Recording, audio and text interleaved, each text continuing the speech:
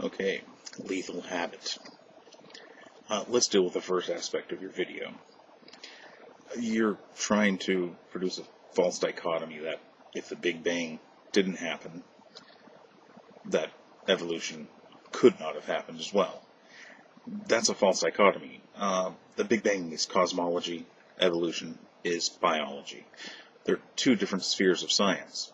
Even if a God created the universe, that God could have created the universe a long time ago and allowed for plenty of time for evolution to produce the life forms that we see.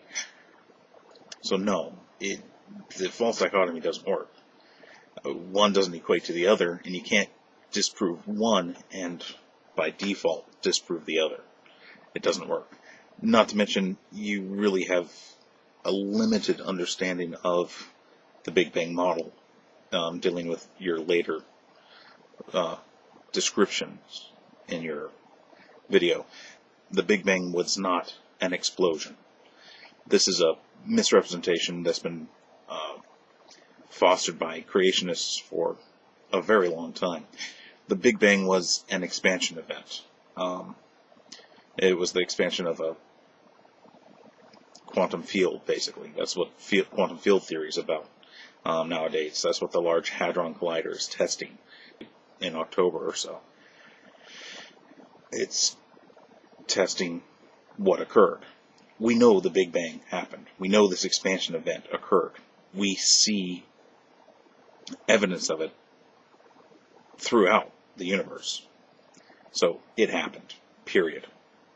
There's no contradiction there. There's no way of refuting it. The evidence is too great. Now, the question is, what caused it? There, you have a God of the gaps. You could say God did it. Science, luckily, always tries to answer these questions without reverting to invoking some kind of supernatural entity.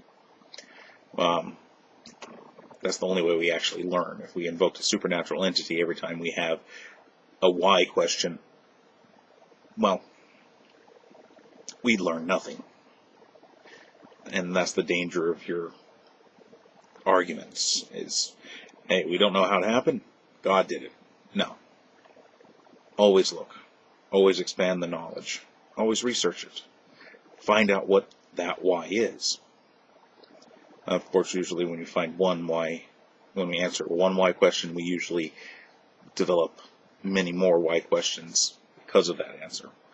Now, regarding evolution, you're saying that evolution isn't a fact, or that somehow atheists have asked creationists to prove that evolution is wrong. Well, we definitely ask them to provide verifiable evidence refuting evolution if they wish to claim that evolution is invalid. However, evolution is well supported. It's been supported now for 150 years by millions of pieces of data.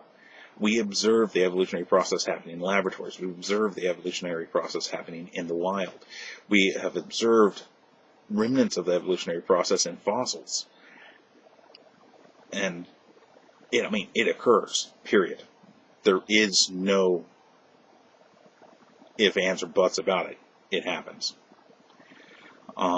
So when a creationist says, oh, evolution's not a fact, of course we're going to say, well, provide evidence supporting your claim. And to date, not a single creationist, not VenomFangX, not Hovend, not Gish, not, I forgot the other guy's name, Miller, not a single one of them has ever provided any verifiable evidence refuting evolution. None of them. And you haven't either in this video of yours. You go on to quote scripture like that means anything to me. And you say the Bible's inerrant, or you kind of indicate that. Well, guess what? It's not.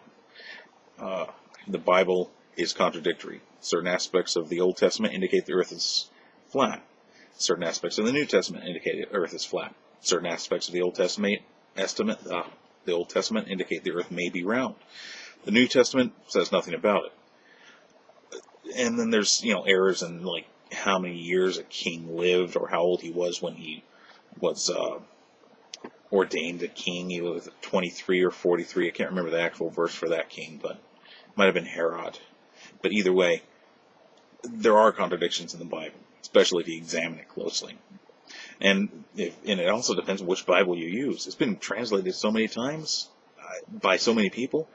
It's really difficult to figure out where you're going. I mean, if you're using the New International Version, it's different than the King James Version, which is different than the original Greek. And the original Greek is dealing with the New Testament. And then we also have, mistranslations of the Old Testament in relation to the New Testament, saying that Jesus would be born of a virgin, when in the Old Testament in the Hebrew it only refers to the Messiah being born of a young woman, not even a virgin. So, there are conflicts in the Bible, especially when you look deeper into it. I'm not really a Bible scholar. I have some knowledge of it, and the knowledge I have of it, even though I will have to admit is fairly minimal, it pretty much proves it was a book written by humans. Most of it's history. Most of the Old Testament is biblical history from the point of view of the Hebrews, of the Jews. A lot of that history has been embellished to put the Jewish people in a better light. There's a book, The Bible Unearthed, which deals with the history of the Bible and the history of events that are referred to in the Bible. So, no, the Bible's not a valid evidence for anything except for the history of the Jewish people.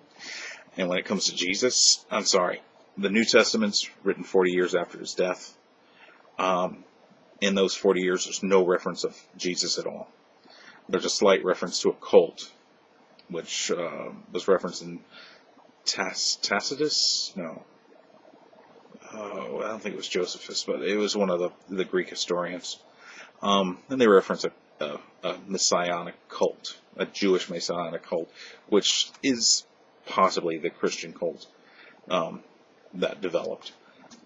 But as for definitive evidence of the biblical Jesus, there are none. As for evidence of a possible rabbi called Jesus, well, there's not very much, but there may be some.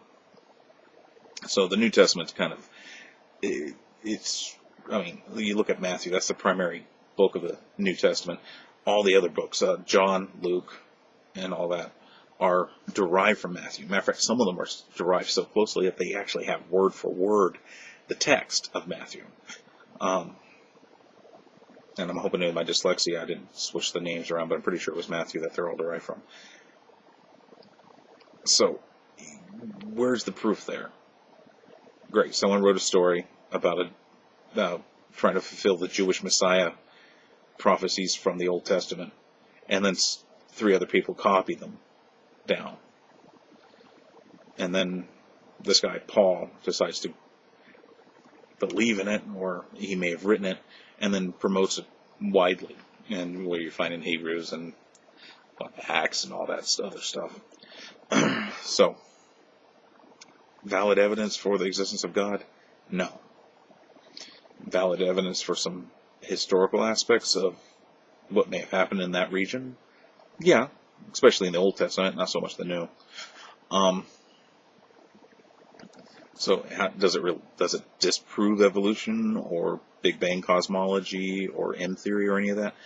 No, it doesn't disprove any of that. Matter of fact, much of M theory and the Big Bang cosmology and evolution and geology and, well, pretty much every sphere of science disproves much of the claims made by you biblical literalists, well, assuming you are, given your video, and creationists are wrong. They are simply wrong. And the danger is, if science gives them any credence, or if their beliefs are forced to be taught as science in schools, you're looking at the retardation of American science by 400 years, 600 years. And, it's just a horrible thing.